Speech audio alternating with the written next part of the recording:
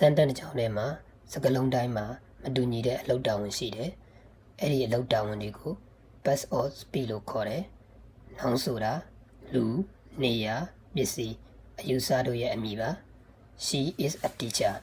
teacher ကနောင်ဖြစ်တယ်။ pronoun ကတော့နောင်ကိုအစားထိုးအသုံးပြုတာဖြစ်တယ်။မောင်မောင် is a student.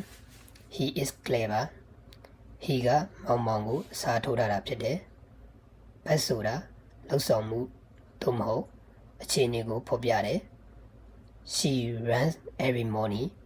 runs ကဖတ်ဖြစ်တယ်။ adjective ကနောင်ကိုဖော်ပြရှင်းလင်းပေးတယ်။ She is a smart student.